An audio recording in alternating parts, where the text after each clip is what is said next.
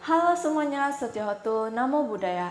Saya Jessica Novia dari kelas BUMM dengan MPM 2041040.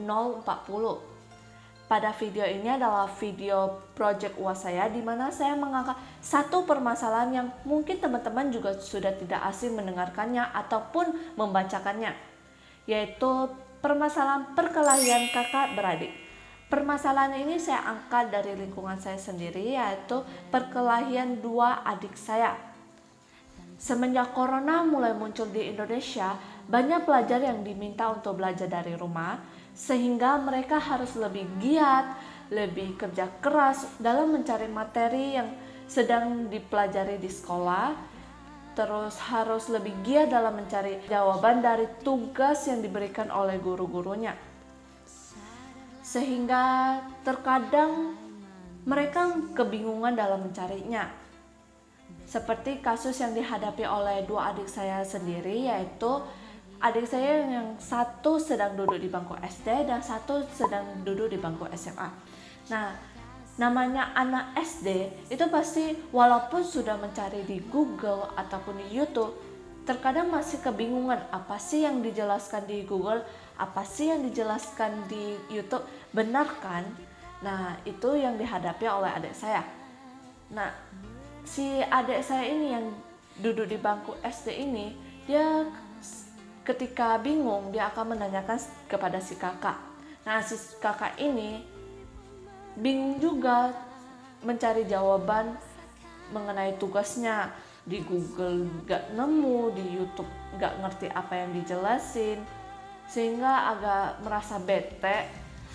Apalagi ditambah si adik ini nanya terus-terusan, sehingga kakak ini sedikit melontarkan kata-kata yang agak terkesan ngegas, sehingga adik ini merasa tersinggung dan memarahi kembali, terus melakukan penyenggolan tangannya kepada tangan si kakak, sehingga tugas yang hampir selesai itu menjadi tercoret.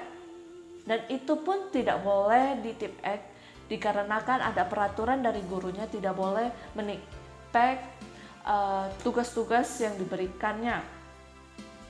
Nah, karena si kakak itu kesel yang tugasnya udah nak selesai tapi tercoret, ia pun menyoroti tugas-tugas yang diberikan oleh guru si adiknya itu, sehingga mereka berdua pun harus menulis ulang tugas mereka. Dari permasalahan itu ada beberapa ajaran Buddha yang sangat relevan yang dapat saya sampaikan, yaitu dalam Dhammapada Yammakawaga syair 6 yang berbunyi Pareca nawijanante mayang etta yamamase yeca tata wijananti tato samanti medaga, yang artinya sebagian besar orang tidak mengetahui bahwa dalam pertengkaran mereka akan binasa, tetapi mereka yang dapat menyadari kebenaran ini akan segera mengakhiri pertengkaran. Nah, selain itu juga ada dalam Sutta Nipata 4.12 dalam Cula Byuha Sutta, di mana ini adalah khotbah pendek mengenai pertengkaran yang berbunyi dengan tegas menyatakan jalan mereka, lawan manakah yang akan mereka anggap sebagai dungu. Mereka hanya akan menimbulkan kesulitan bagi mereka sendiri dengan menyebut lawannya sebagai dungu dengan ajaran tidak murni. Meyakini teori mereka sendiri, membandingkan orang lain dengan diri sendiri, mereka masuk ke dalam lebih banyak perselisihan dengan dunia. Tetapi dengan meninggalkan segala teori, mereka tidak bermasalah dengan dunia. Selain dua sutta yang sudah saya sebutkan tadi, ada sebuah pernyataan yang disampaikan oleh biku yang berasal dari Thailand yang bernama Biku Ajanta. Ia mengatakan, kita bagaikan sebuah pohon dengan akar-akar, sebuah pangkal batang, dan sebuah batang. Setiap daun, setiap cabang tergantung pada akar.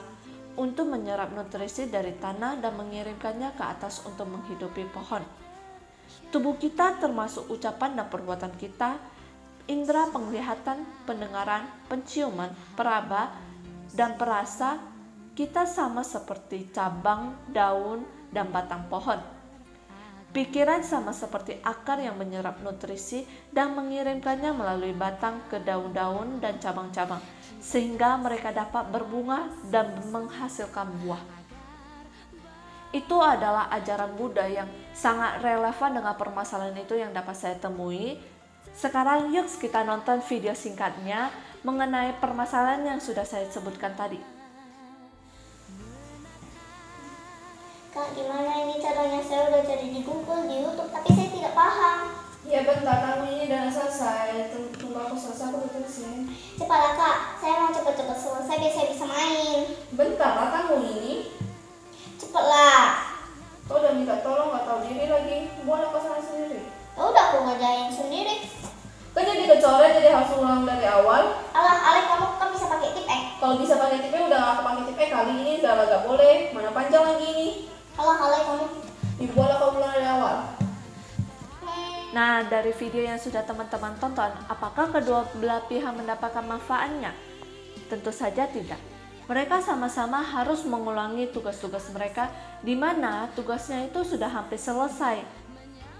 Dan coba teman-teman bayangkan juga, seandainya mereka tidak saling marah-marah, lebih saling toleransi, pasti hal tersebut tidak akan terjadi kan?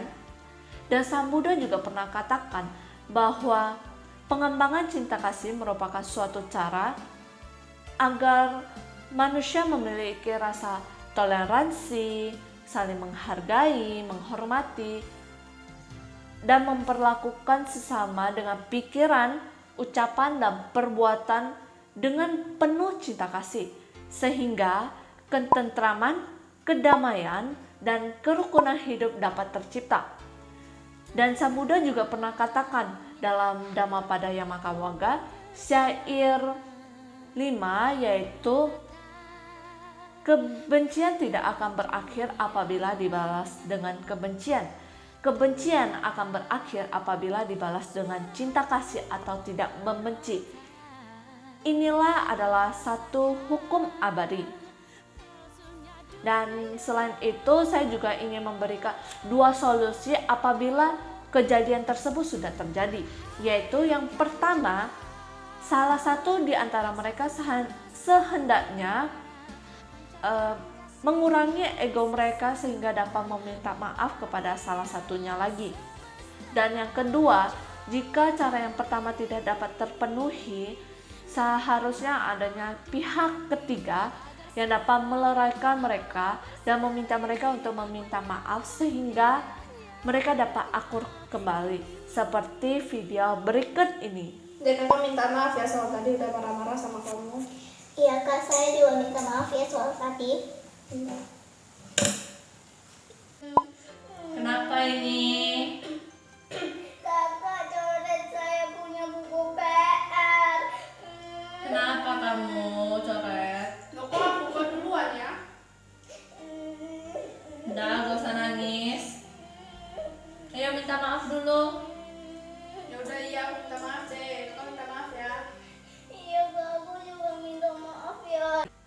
Itu saja video ajaran yang relevan dengan Buddha terhadap permasalahannya, terus solusi-solusi berdasarkan ajaran Buddha dan solusi dari saya sendiri.